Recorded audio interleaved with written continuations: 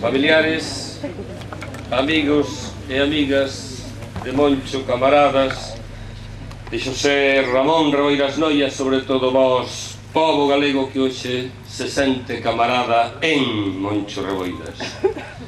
Homes e mulleres, e mozos e mozas que vindes das cidades, das vilas e das aldeas de Galicia, das serras e montañas, das chans, chairas e vales, das rías e mariñas, das ribeiras apacibres e sereniñas, e dos cabos tempestuosos que aterran e admiran coa súa xigantesca xorda cólera. En nome da comisión do 35º aniversario, teño a honra de vos dar unha agradecida benvinda. Benvindos e benvindas, pois, á terra de Moncho Reboiras, á terra de Iria, ao concello de Dodro, á parroquia de San Xoán de Laíño, a esta fermosísima aldea de Imo. Amigos e amigas e camaradas que vindes do Limia, do Támeja, do Tuela e do Vivei, do Burbi e do Cúa, que vindes do Navia máis do Eo, do Mas, Malandro e Ume, do Mandeo, Anllóns, Xallas e Tambre. Amigos e amigas e camaradas que vindes das ribeiras e bocarribeiras do Miño e dos seus 1000 afluentes, do Sil, Color e Cabe, do Avia, Arnoia e Tea. Amigos e amigas que chegastes, camaradas do Sárdoma, Oitabén, Leres e Umia, e vós, amigos e amigas, camaradas que baixastes do Deza e máis do Sar. Eu a todos vos saúdo e vos digo benvindos ao río de Moncho Reboiras, a este postremeiro ulla pasando polas brañas. Hoxe é el quen vos saúda e vos recibe, é el, este río da vida, onde enchen e debalan as marés do Mar da Arousa, como enchen e debalan as marés do noso corazón e das nosas esperanzas. É el o río Ulla, quen vos hoxe di, como hai máis de 50 anos, moi pertiño de aquí, dixera Otero Pedraio con Pondal: saúde e boa andanza, raza de Breogán.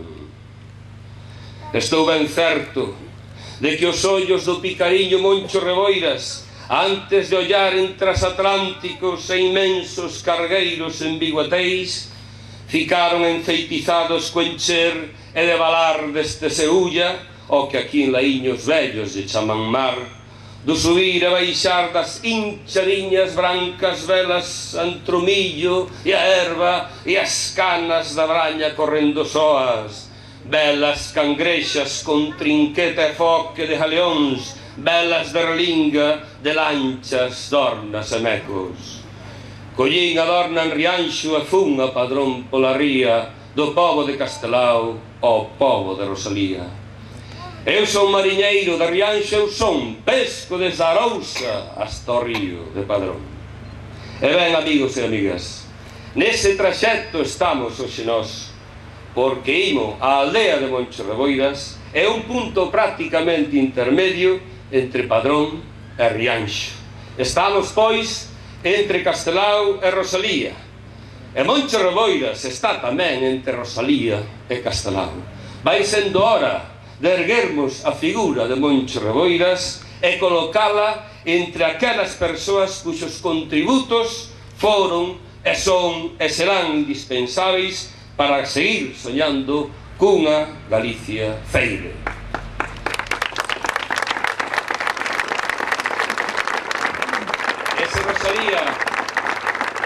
Se Rosalía é a nosa escritora nacional e a representante universal da nosa cultura no mundo, cómpre advertir, como nos lembraron García Crego e Ramón Muñiz, que Moncho Reboiras nunca desprezou o campo cultural.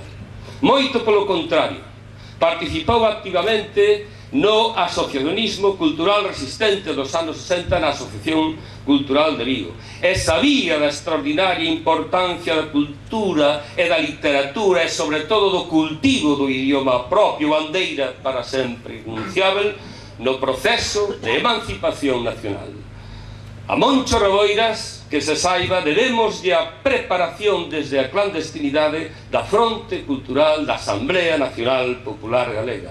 Debemos pois o debuxo sobre o que se organizou o Movemento Cultural Nacional Popular Galego nas súas máis variadas expresións: música, teatro, literatura, diferentes artes. Moncho Reboiras está, pois, con Rosalía. Ese Castelao é o noso emblema político nacional, o símbolo increvantável da entrega á nación, á dignidade de Galicia do pobo galego. Moncho Reboiras, desde moi mozo, entregouse á militancia política na unión do pobo galego, no nacionalismo de esquerda, con toda a súa alma e con toda a súa inteligencia. Ese Castelao foi un guía lúcido de que a súa derradeira lección, avisándonos dos amaños monárquicos para desactivar a República. O activismo de Moncho Reboiras foi dunha clarividencia extraordinaria e de vanguarda, avisándonos do indispensable que resulta o combate antifranquista e revolucionario desde a esquerda nacionalista. Ese Castelao viviu condenado ás arideces do exilio. Moncho Reboiras entregouse voluntariamente á clandestinidade da resistencia antifascista e da organización política nacionalista. Moncho Reboiras está con Castelao, e os dous sempre están contra esa negra sombra da tentación entreguista contra Ulroan, contra Ramón Piñeiro. Non escribiu cantares gallegos, nin sempre en Galiza, non Moncho Reboiras, pero escribiu un documento de extraordinario valor. 1972, un mes de represión, aquel dossier memorable. 1972, data fulcral da nosa historia, tanto ou máis que en 1863 ou 1945. Pero sobre todo, Moncho Reboiras escribiu co seu sangue sementado no chan de Ferrol unha lección inesquecible para o povo galego, unha lección memorable, tatuada para sempre no corazón de Galicia, unha lección que nos compre aprender a todos xeración tras xeración, unha derradeira lección na que tamén pode lerse: Galicia non debes chamarte nunca español, ou tamén, despois de tantos séculos de asoballamento e de política asimilacionista, a nosa lingua e a nosa conciencia de povo seguen vivos, só despois uns imperialistas fracasados. Moncho Reboiras, claro, está con Rosalía, está con Castelao. Pero Moncho Reboiras non é Rosalía, nin é Castelao. Os seus contributos á causa galega son distintos e senlleiros. De estirpe labrega, Moncho Reboiras axudou, contribuiu definitivamente a facer do nacionalismo galego de esquerda un nacionalismo virado cara á clase obreira. Un novo suxeito político aparecía ao lado dos obreiros e mariñeiros, o proletariado. Se hoxe temos organizacións sindicais de dirección galega e témolas ben potentes, en boa medida é pola entrega e audacia de Moncho Reboiras. Personalmente non coñecín Moncho Reboiras, pero lembro moi ben aquel machadazo que voaba con terror de porta en porta polos camiños destas aldeas de Leiño.